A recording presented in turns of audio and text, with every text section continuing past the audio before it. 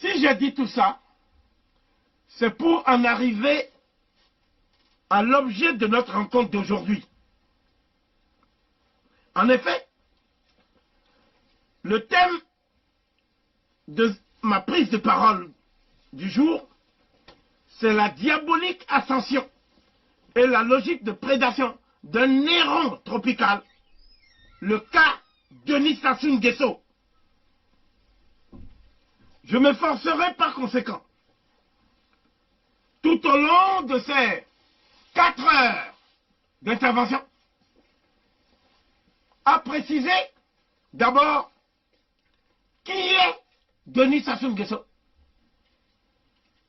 De quel milieu provient-il?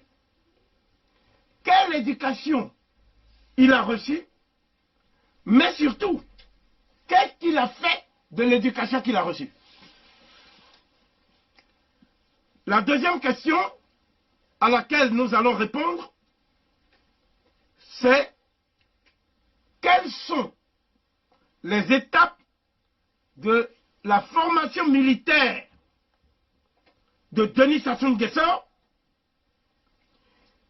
Quel lien avait-il noué au terme de son cursus de formation à l'école militaire Saint-Mexan avec les services secrets français et leurs agents dormants qui étaient parrainés par Jacques Foccart et ses réseaux en Afrique centrale?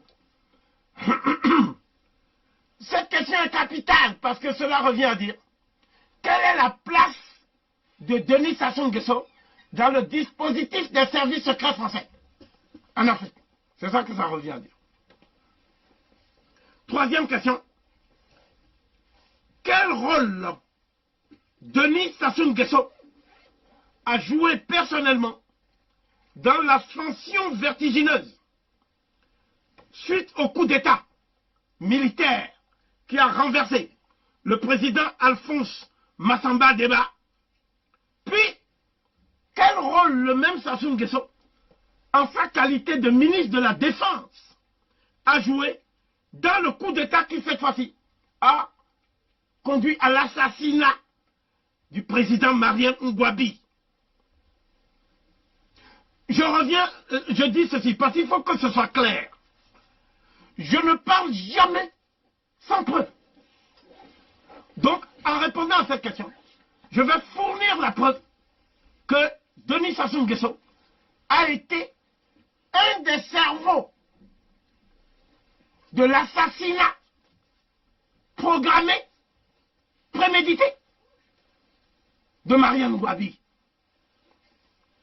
Mais, et nous arrivons à la quatrième question, cet assassinat de Marien Ngouabi va pousser Sassou et les félons qui l'accompagnaient à tuer de sang-froid 1200 personnes. 1200 personnes, dont des innocents. Et ces 1200 personnes ont été victimes de ce qu'on a appelé la purge sanglante. C'était plutôt une folie meurtrière. Et parmi ces personnes, il y a l'ancien président Alphonse Massamba Deba, il y a le cardinal Bialenda, il y a le capitaine Barthélemy Kikadidi, et il y a beaucoup d'autres qui ont été tués pour rien. Il y a même des gens dont les corps n'ont jamais été retrouvés. Par exemple, un ancien président comme Alphonse Massamba Deba, son corps n'a jamais été retrouvé par sa famille.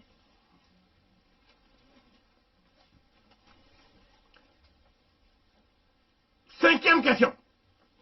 Quel rôle Denis Sassou Nguesso a joué personnellement dans le renversement par la force du régime d'exception que lui-même a instauré après l'assassinat de Ngouabi?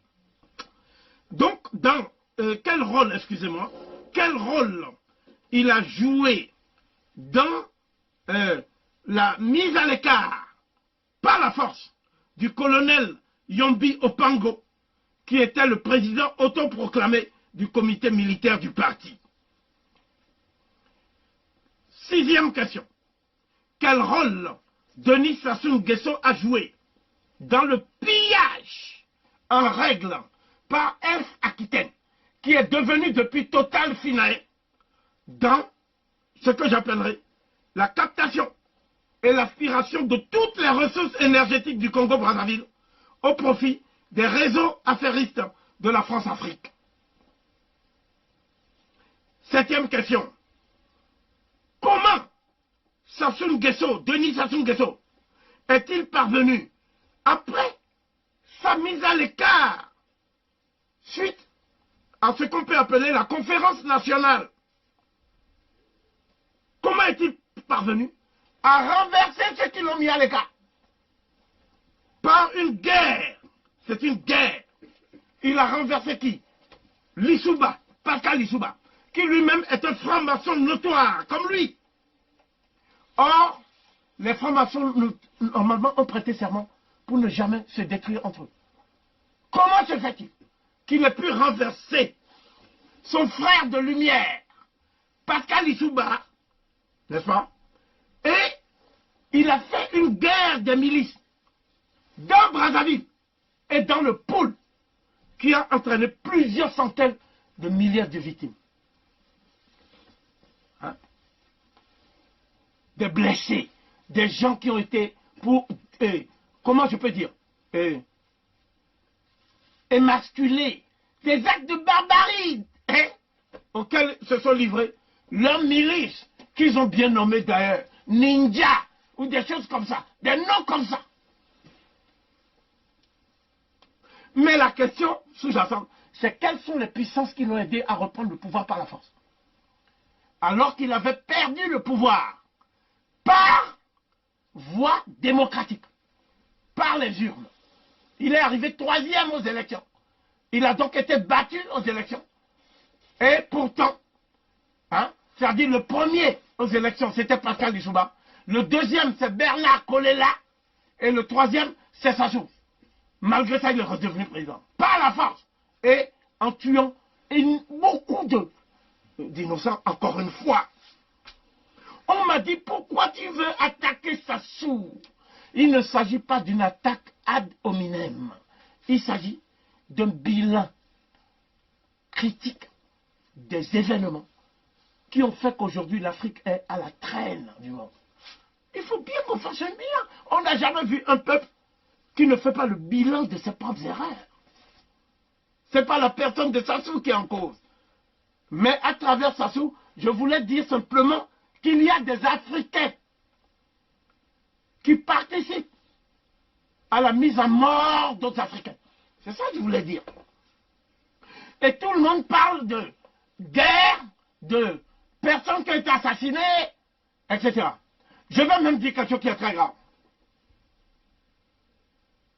Sassou Nguesso a envoyé des gens pour arrêter le cardinal Bialenda à sa résidence et pour aller l'enterrer vivant. Ils l'ont enterré vivant. Ils l'ont enterré vivant.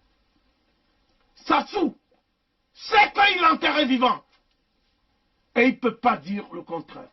Ce que je dis là, si c'était faux, mais immédiatement Sassou peut saisir son ambassadeur et lui dire de diligenter une plainte pour diffamation. Mais vous verrez, il n'y aura pas de plainte. Pourquoi? Parce que s'il y a une plainte, il y aura donc une citation à comparaître pour moi. À ce moment-là, je viendrai avec les éléments du dossier. Et je vais édifier non pas seulement ceux qui sont dans le prétoire, mais toute l'opinion publique internationale. Donc vous voyez bien, il ne le fera pas. Par contre, il va essayer de dire, il habite où? Hein? Provis habite où? Où est-ce qu'on peut faire en sorte pour qu'on l'enlève en plein Paris? Ça, il peut dire. Parce qu'il a déjà enlevé des gens en plein Paris. Le Sassou que tu vois là, le Néron de Tropique, Sassou. Je reviendrai plus tard sur le personnage de Néron lui-même. Ce n'est pas lui qui nous intéresse.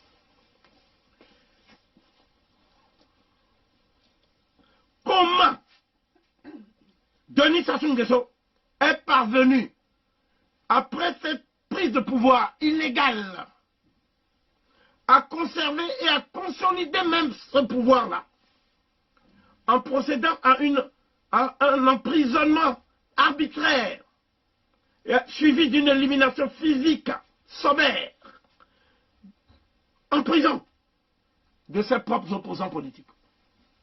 Et je dirais parfois de ses amis politiques. Et je dirais de ses amis politiques.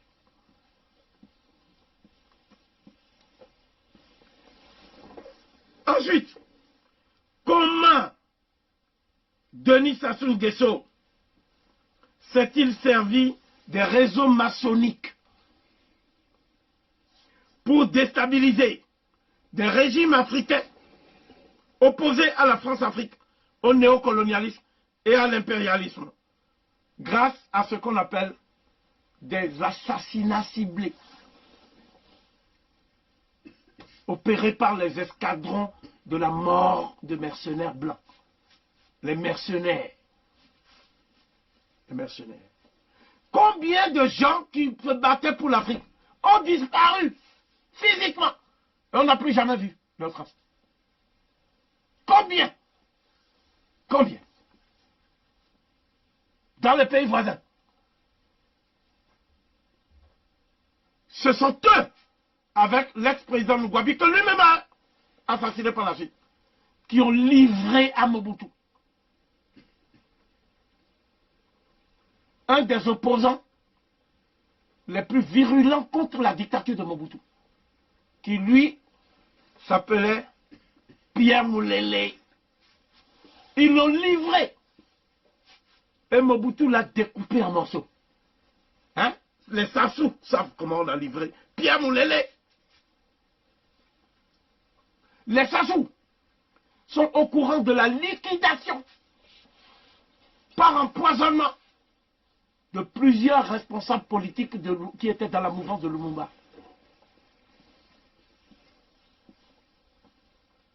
Mais Sassou Nguesso et ses affidés, notamment Yombi Opango, Pierre Anga, etc., ils disaient qu'ils étaient en pleine révolution marxiste-léniniste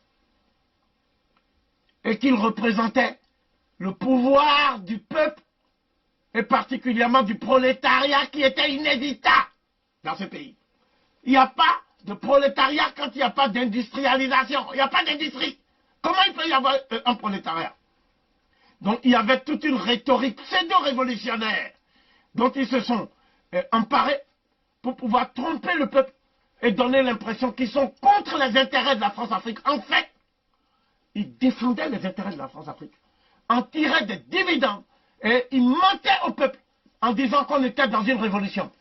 Un coup d'État militaire n'est pas une révolution. Un coup d'État militaire n'est pas une révolution. Nous redirons dans quelles conditions et à quel prix on peut parler d'une révolution. Enfin, comment, au moment où nous parlons, Denis Sassou Nguesso prépare une succession dynastique de son fils, Denis Christel Sassou Nguesso, qui lui-même est compromis jusqu'au cou dans des affaires de corruption, de détournement des fonds publics et aussi des affaires de mœurs qui ont défrayé la chronique des faits divers de la France-Afrique ces dernières années. Il faut savoir que Sassou a le pouvoir d'aller prendre la femme de quelqu'un. Il envoie ses milices, on va chercher la femme et on lui ramène. C'est ce que faisait aussi Mobutu. C'est ce que faisait Omar Bongo. C'est ce que faisait ce que j'appelle la petite cour des dictateurs nègres. Donc, à partir de maintenant, les faits que je vais donner ne peuvent être contestés par personne. À partir de maintenant. Bien. Et donc, ici, on voit comment il utilisait des hélicoptères que la France lui a donnés pour brûler les maisons. Tu vois, voilà les... Par exemple, si tu es opposant de Sassou, toute ta maison est brûlée et ça fait l'incendie sur toutes les maisons qui sont autour. Et si jamais on demande à ce qu'il y ait des pompiers, les hommes de Sassou tirent sur les voitures de pompiers pour empêcher qu'on éteigne les incendies. Parce qu'il faut que les gens meurent carbonisés. Ça fait partie de les rituels d'Holocauste. Holocauste. Dont j'avais parlé dimanche dernier, les rituels d'Holocauste. Donc, Sassou, on le voit ici. Vous voyez. Et voilà comment il a tué Pierre Langa. Pierre Langa est là. Il est en brousse. Et Sassou, comment il a tué. Mais surtout Ange Diawara. Sassou, tous ces gens-là sont responsables. Hein, de la manière dont on a piégé les Camerounais de l'UPC. Et certains ont été obligés de fuir si on ne voulait pas les tuer. Le 15 mars 1966, au sein d'Afana, brillant économiste africain a été tué, soi-disant dans les maquis du Congo-Brazzaville. C'est les groupes de Sassou qui l'ont livré à nos pires ennemis. Ce n'est pas moi qui le dis, c'est Fauchivé, l'homme des services secrets d'Aïdjo. C'est un document qui existe. Mais ce que vous ne savez pas, ce sont les rencontres entre le grand maître Stéphanie, qui fait partie de la mafia sicilienne, et qui est à la tête de la Grande Loge nationale française, avec Sassou. Ce sont ces gens-là qui ont sauvé Sassou. Et aujourd'hui, on peut dire que Sassou Nguesso cumule plus de 37 ans de règne continu. Sassou Nguesso a amassé, à titre personnel, plus de 500 milliards de dollars. Mais bien sûr, une partie de cet argent est partagée par les Français. Les Français vont puiser sur les comptes que Sassou a ouverts partout. Monaco, Luxembourg, Suisse. Le compte suisse a été fermé récemment. Mais les comptes parisiens sont toujours là. Sassou est à la banque Rothschild. La France sait comment saisir l'argent. Mais la France ne touchera jamais à l'argent de Sassou. C'est ce qui est écrit ici. La Grande Loge du Congo, pépinière des membres du Parti congolais du travail, est irrespectueuse de la règle en 12 points de la franc-maçonnerie traditionnelle. Parce que la franc-maçonnerie a fait un communiqué pour dire que devant les crimes de Sassou, l'image de la franc-maçonnerie même est écornée.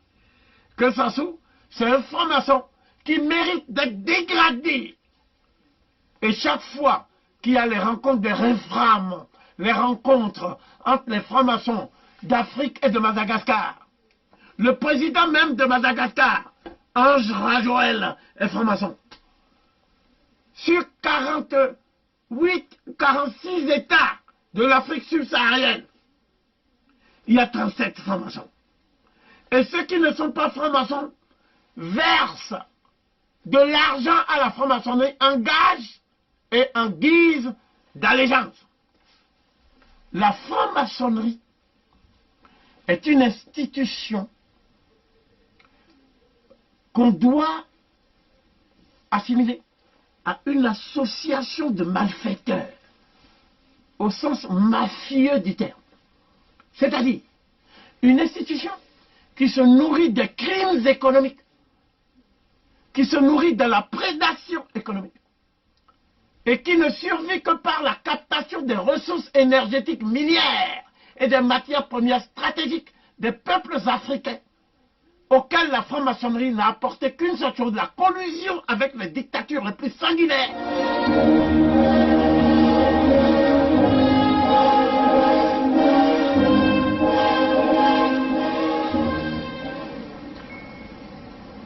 En cette haute fonction, je ferai tout ce qui est en mon pouvoir pour servir les intérêts de la franc-maçonnerie régulière en général et de cette grande loge en particulier. Le grand architecte de l'univers m'aide et m'arme de constance pour remplir cette obligation solennelle que je prends comme grand maître de la grande loge du Congo. Et aujourd'hui, j'affirme ce soir, et il n'y aura pas de démenti, que la France, la franc-maçonnerie est le principal obstacle à la création des États-Unis d'Afrique. Celui-là même, le Tchadien, qui dirige l'Union africaine, C'est un franc-maçon. C'est les hommes de débit, ça. C'est la franc-maçonnerie qui veut que l'Union africaine continue à être financée par l'Union européenne. C'est la franc-maçonnerie qui veut qu'on en finisse vite avec les choses pour aller vacciner les Africains. Parce que les firmes pharmaceutiques qui fabriquent les vaccins, qui sont des poisons mortels qu'on inocule aux gens, ces firmes-là donnent de l'argent à la franc-maçonnerie.